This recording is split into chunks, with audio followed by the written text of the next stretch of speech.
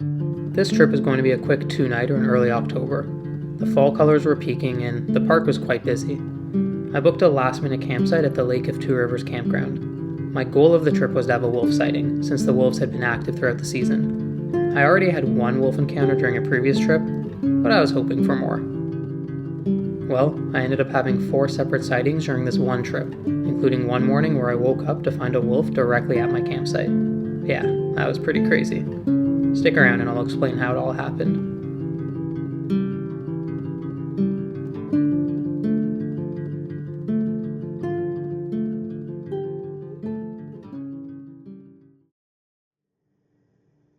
I mentioned during the intro that my goal of the trip was to see wolves, but there was a second purpose as well.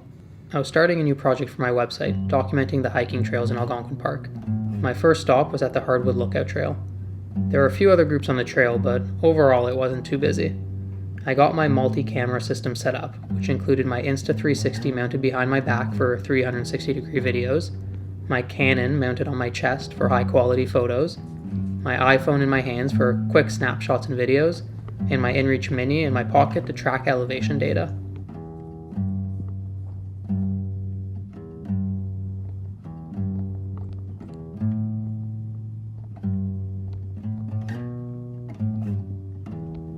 The Hardwood Lookout Trail is short and is mostly easy terrain.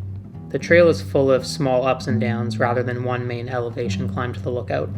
The lookout itself is very pretty and probably lies in the middle tier of my favorite hiking trail lookouts along Highway 60.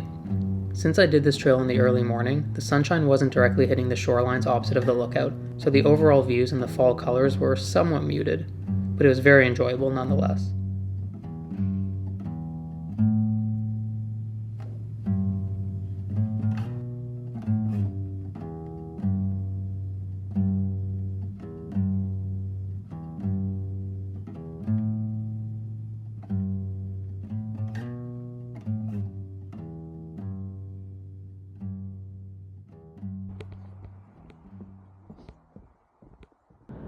When I finished the hike, I drove to the Lake of Two Rivers campground, got my campsite set up, and took a much-needed nap with Elo in the tent.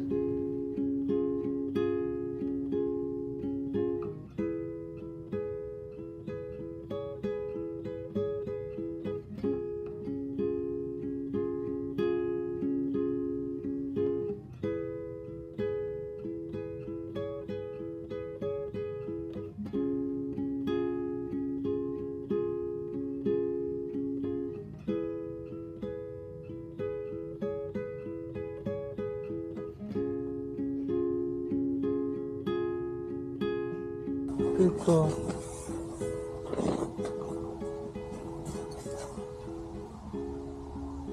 I love you too. Yeah. Oh. Good girl. Good girl.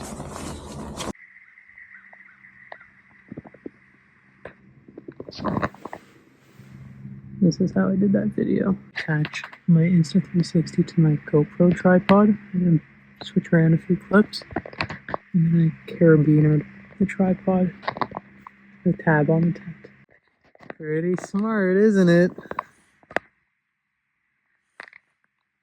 And now we're gonna take a nap.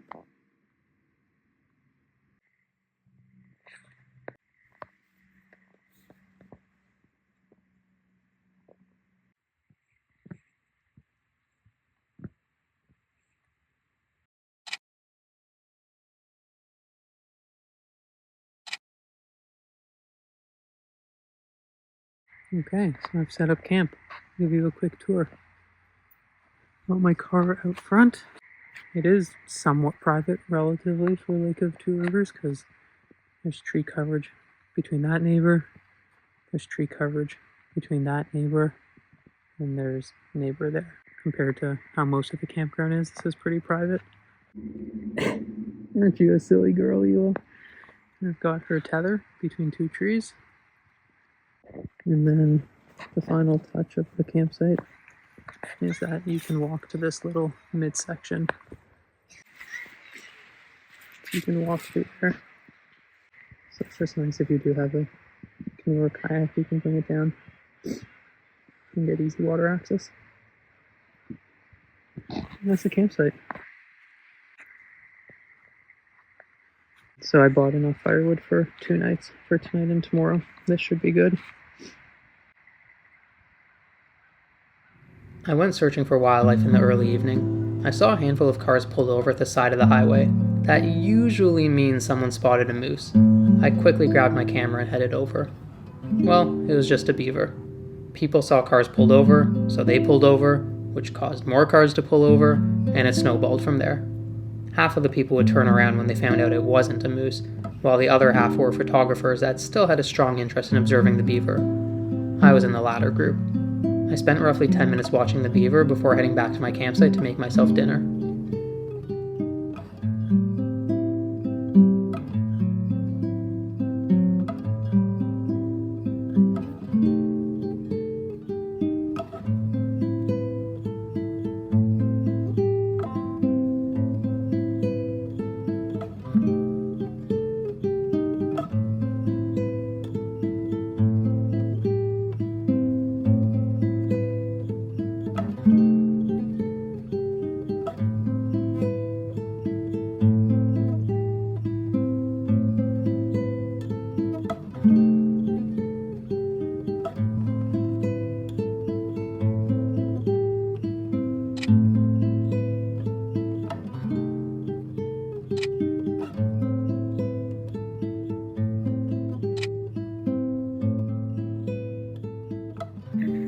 Just getting a fire going.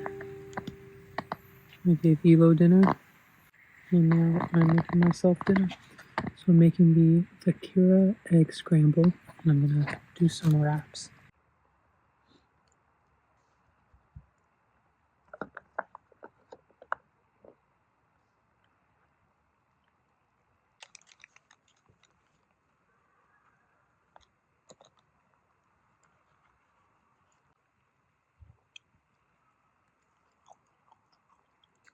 It's so good.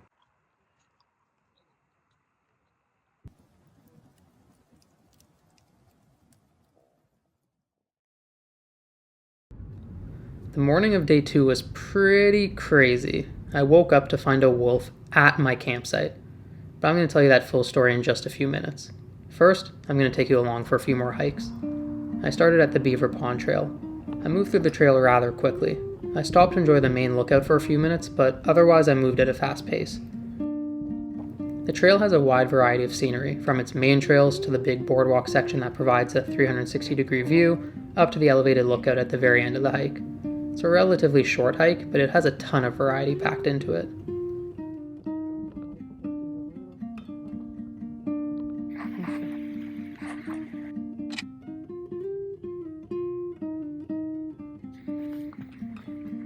Keep right, Evo. Keep right.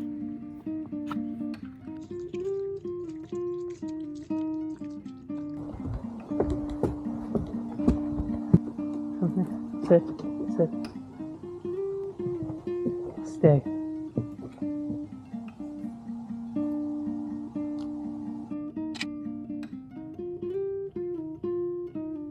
Okay, let's go.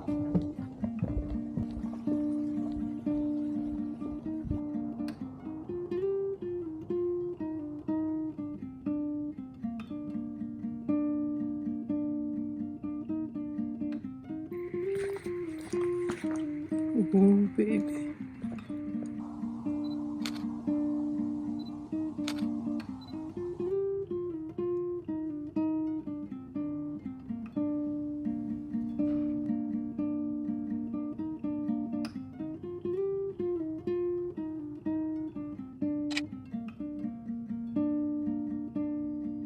Okay. You're a good girl.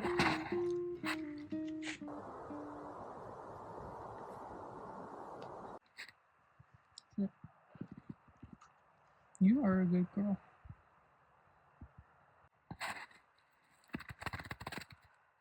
Alright, I'm going to take you along for one more hike, and then we're going to get to all of the wolf content. I promise, just hang tight.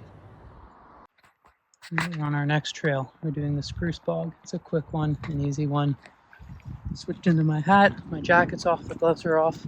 It's chilly in the shade, but it's warm in the sun. Everyone's having fun. We're going to get this trail done, and then take a little break.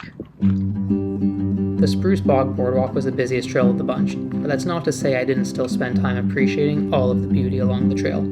It really is quite pretty, especially given its short duration and easy terrain. The first section of the trail takes you across open boardwalks in the middle of the bog, before the path leads into the forest where every twist and turn reveals a new beautiful view.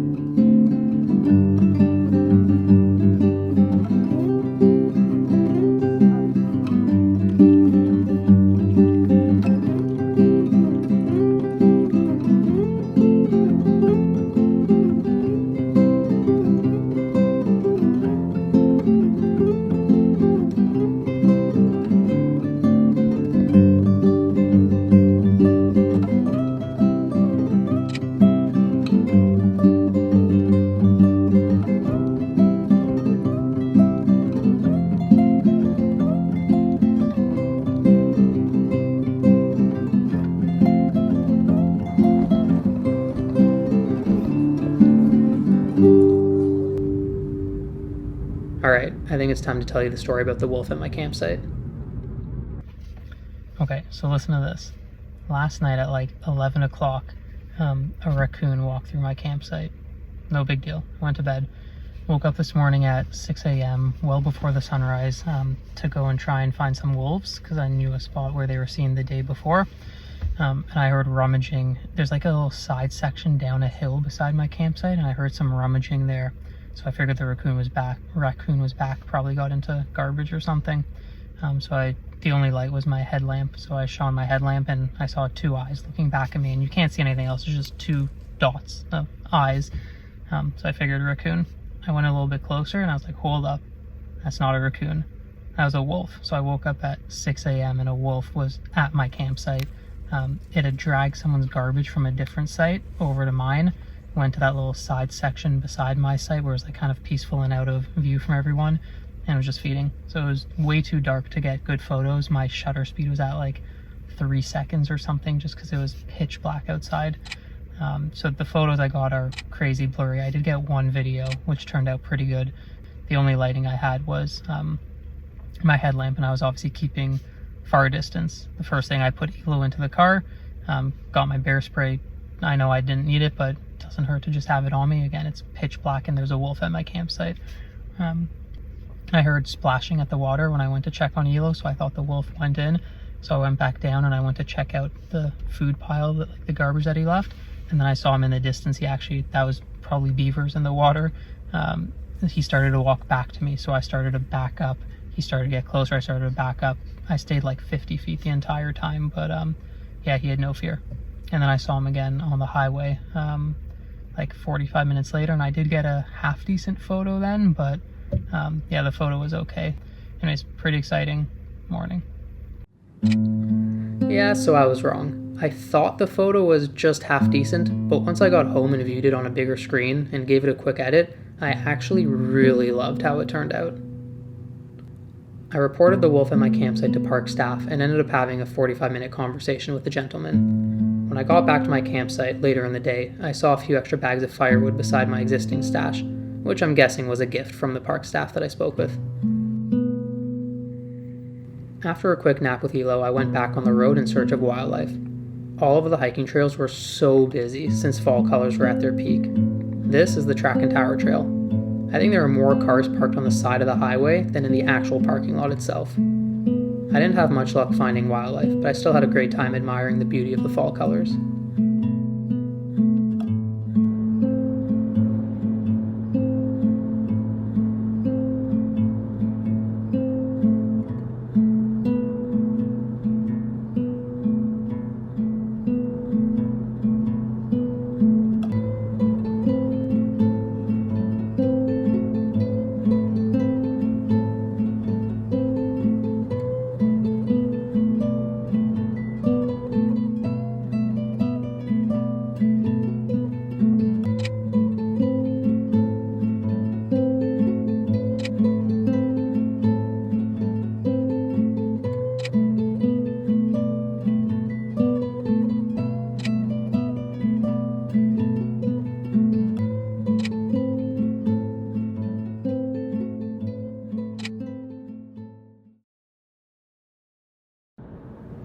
I was making my way back to my campsite after the sun had set.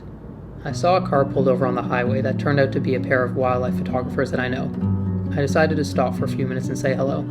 Once I was safely pulled over, I noticed that there was a wolf directly in front of my car. I literally didn't even see it until I put my car in park. This was my third wolf sighting in the same day. I slowly drove backwards to give the wolf space and then grabbed my camera. The wolf kept trying to cross the highway while cars were zooming by.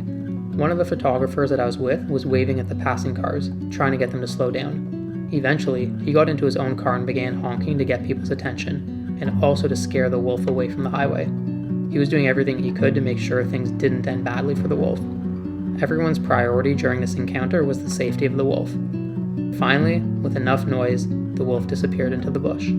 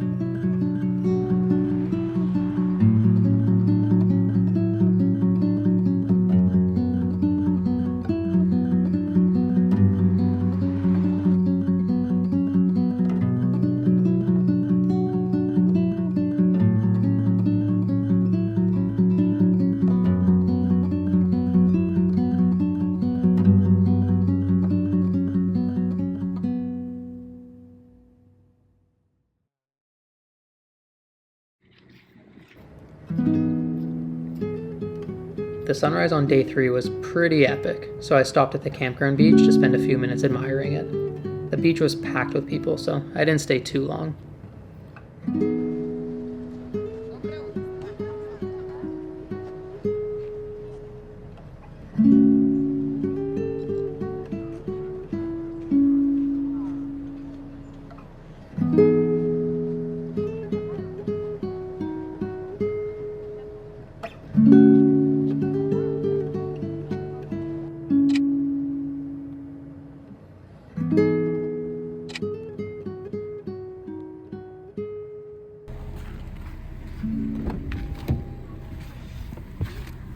Okay, Elo, it's a beautiful sunrise, but we're gonna go look for wolves, right, Elo? I got coffee, got breakfast, I'm ready to go. Hey, wait, this isn't Algonquin. But don't skip, this isn't an ad. Well, kind of. I just want to take 20 seconds to tell you that if you're planning a trip to Algonquin Park, you have to check out my website, Algonquin and Beyond. There are more than 50 extremely detailed trip reports, along with super helpful resources like this complete guide to renting canoes, or this article with everything you need to know about bears in the park. Become a member and get access to more than 750 backcountry campsite reports, along with 360-degree video tours of every campground, including individual campsites. Plus, members get an automatic 10% discount at the online shop, where you can grab some sweet merch and framed photo prints. Alright, now let's get back to the video.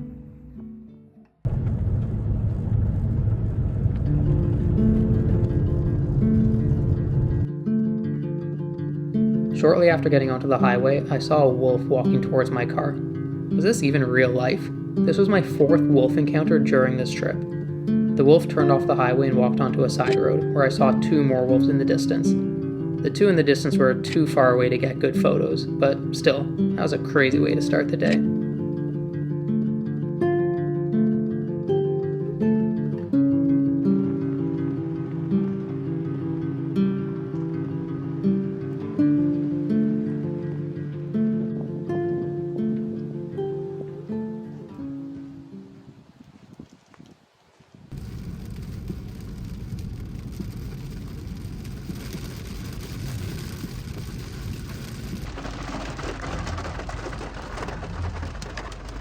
I don't even know if I can be heard over this rain, so I'll probably just add captions at the bottom.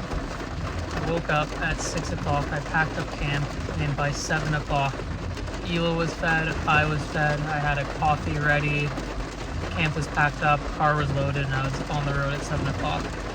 I went to look for the wolves, and I was successful. I saw 1 wolf on the highway, which I got photos of, and then I saw 2 more wolves in the distance go to where the one wolf went, so I didn't really get any photos of the 3 together, just I saw the 3, the pack. Oh, there's some thunder and lightning. Elo, you okay? It's 12:30 now. I'm just at T Lake because it's open for day use, so I'm just going to use the bathroom, let the rain calm down a bit. It's only supposed to be this heavy, crazy downpour and thunderstorms for like an hour or 2. And then I'll hit the highway and go home. Elo, you okay? There's just a little bit of thunder and lightning.